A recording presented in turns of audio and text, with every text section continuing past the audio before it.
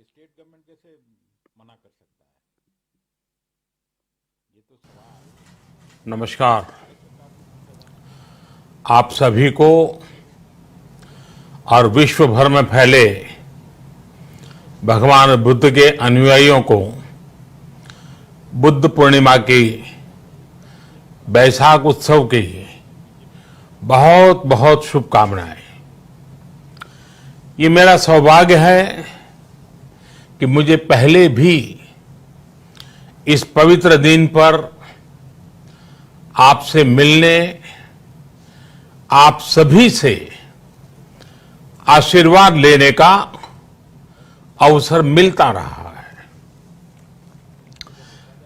2015 और 2018 में दिल्ली में और साल 2017 में कोलंबो में मुझे इस कार्यक्रम से जुड़ने का, आपके बीच आने का मौका मिला था। हां, इस बार परिस्थितियां ही कुछ और हैं, इसलिए आमने सामने आकर के आपसे मुलाकात नहीं हो पा रही है।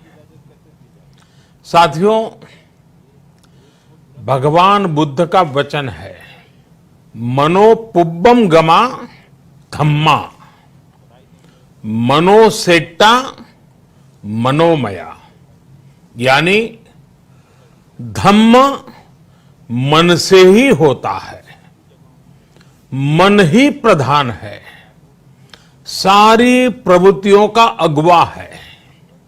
इसलिए आपका और मेरा मन का जो जुड़ाव है, उसके कारण सशरीर उपस्थिति की कभी उतनी महसूस नहीं होती। आपके बीच आना बहुत खुशी की बात होती, लेकिन अभी हालात हमें वो परमिट नहीं करते हैं और इसलिए दूर से ही टेक्नोलॉजी के माध्यम से आपने मुझे अपनी बात रखने का अवसर दिया। इससे बढ़कर के संतोष और क्या हो सकता है। साथियों, लॉकडाउन की इस विकट परिस्थितियों में भी वर्चुअल बैसाख बुद्ध पूर्णिमा दिवस समारोह, इसके इस आयोजन के लिए अंतर्राष्ट्रीय बौद्ध संघ प्रशंसा के पात्र है। आपके इस अभिनव प्रयास के कारण ही इस आयोजन में विश्व भर के लाखों अनुयायी एक दूसरे के साथ जुड़ रहे हैं। लुम्बिनी, बोधगया, सारनाथ और कुशीनगर के अलावा श्रीलंका के श्री अनुराधापुर स्तूप और वासुदेवा मंदिर में हो रहे समारोहों का इस तरह एकीकरण कितनी अद्भुत कल्पना है, कितना सुंदर दृश्य है। हर जगह हो रहे पूजा कार्यक्रमों का ऑनलाइन प्रसारण होना अपने आप में अद्भुत अनुभव है। आपने इस समारोह को कोरोना वैश्विक महामारी से मुकाबला कर रहे पूरी दुनिया के हेल्थ वर्कर्स और दूसरे सेवा कर्मियों के लिए प्रार्थना सप्ताह के रूप में मनाने का संकल्प लिया है। करुणा से भरी आपकी इस पहल के लिए मैं आपकी सराहना करता हूं। मुझे पूरा विश्वास है कि ऐसे ही संगठित प्रयासों से हम मानवता को इस मुश्किल चुनौती से बाहर निकाल पाएंगे, लोगों की परेशानियों को कम कर पाएंगे। साथियों, प्रत्येक जीवन की मुश्किल को दूर करने के संदेश और संकल्प ने भारत की सभ्यता को, संस्कृति को हमेशा दिशा दिखाई है। भगवान बुद्ध ने भारत की संस्कृति और इस महान परंपरा को बहुत समृद्ध किया है। वो अपना दीपक स्वयं बने और अपनी जीवन यात्रा में दूसरों के जीवन को भी प्रकाशित करते रहे। और इसलिए बुद्ध किसी एक परिस्थिति तक सीमित नहीं है, किसी एक प्रसंग तक सीमित नहीं है। सिद्धार्थ के जन्म, सिद्धार्थ के गौतम होने से पहले और उसके बाद इतनी शताब्दियों में समय का चक्र अनेक स्थितियों, परिस्थितियों को समेटते हुए निरंतर चल रहा है। समय बदला, स्थिति बदली, समाज की व्यवस्थाएं बदली, लेकिन भगवान बुद्ध का संदेश हमारे जीवन में निरंतर प्रवाहमान रहा है। ये सिर्फ इसलिए संभव हो पाया है क्योंकि बुद्ध सिर्फ एक नाम नहीं है, बल्कि एक पवित्र विचार भी है। एक ऐसा विचार जो प्रत्येक मानव के हृदय में धड़कता है, मानवता का मार्गदर्शन करता है। बुद्ध त्याग और तपस्या की सीमा है। बुद्ध सेवा और समर्पण का पर्याय है। बुद्ध मजबूत इच्छा शक्ति से सामाजिक परिवर्तन की पराकाष्ठा है। बुद्ध वो है जो स्वयं को तपाकर, स्वयं को खपाकर, खुद को न्योछावर करके पूरी दुनिया में आनंद फैलाने के लिए समर्पित है।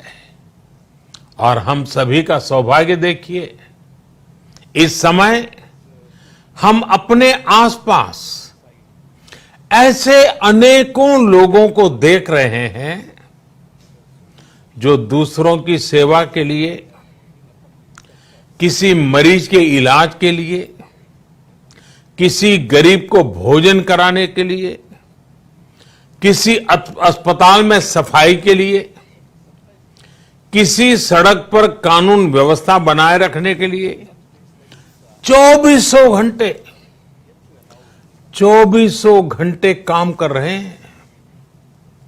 भारत में, भारत के बाहर ऐसा प्रत्येक व्यक्ति, विश्व के हर कोने में ऐसा प्रत्येक व्यक्ति अभिनंदन का पात्र है, नमन का पात्र है।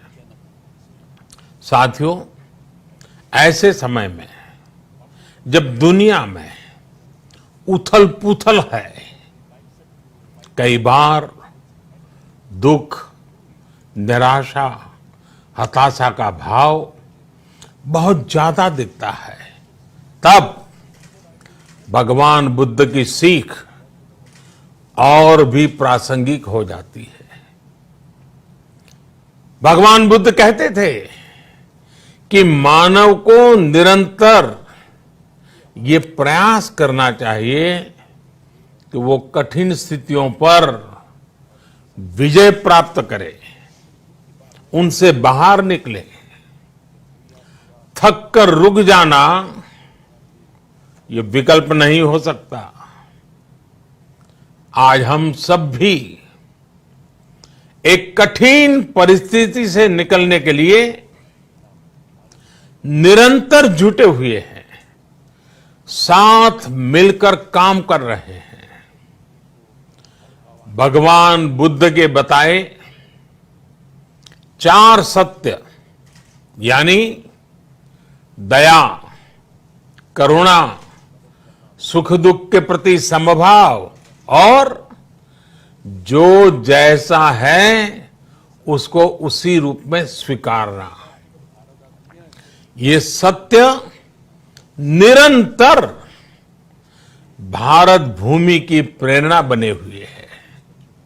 आज आप भी देख रहे हैं कि भारत निस्वार्थ भाव से बिना किसी भेद के अपने यहां भी और पूरे विश्व में कहीं भी संकट में घिरे व्यक्ति के साथ पूरी मजबूती से खड़ा है।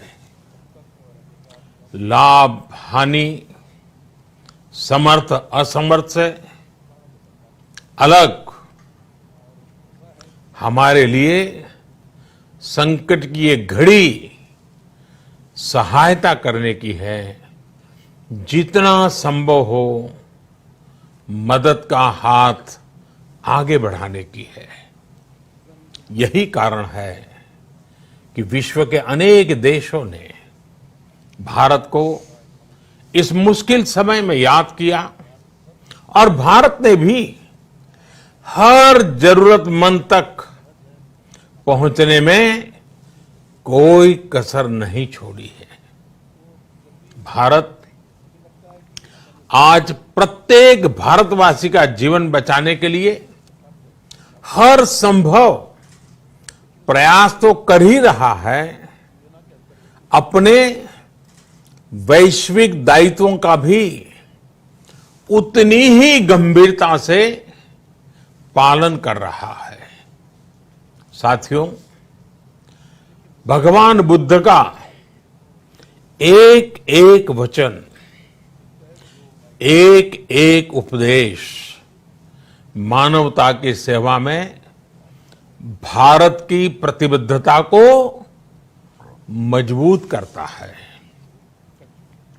बुद्ध भारत के बोध और भारत के आत्मबोध दोनों का प्रतीक है।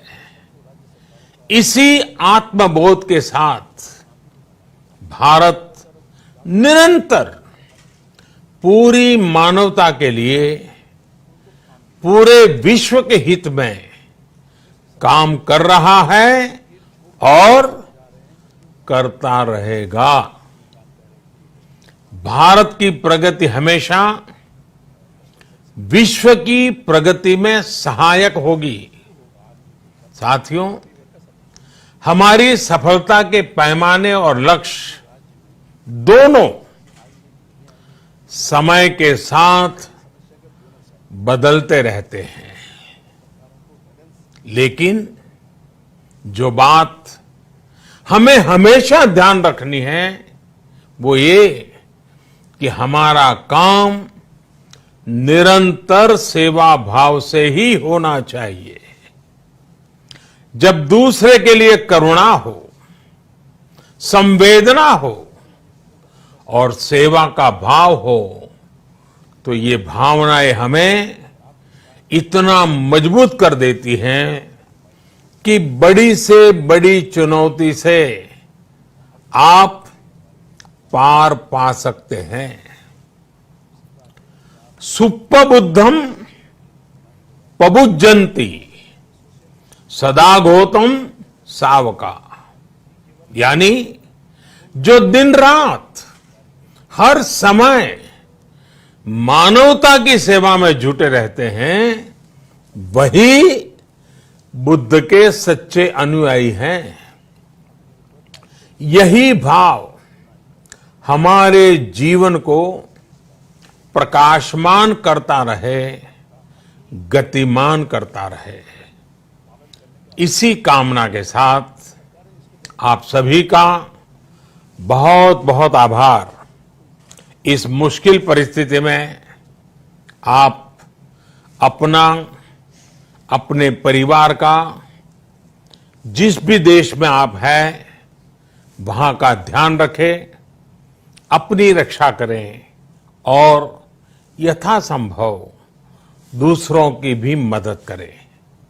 सबका स्वास्थ्य उत्तम रहे, इसी मंगल कामना के साथ मैं मेरी वाणी को विराम देता हूं। धन्यवाद। सर्वमंगलम।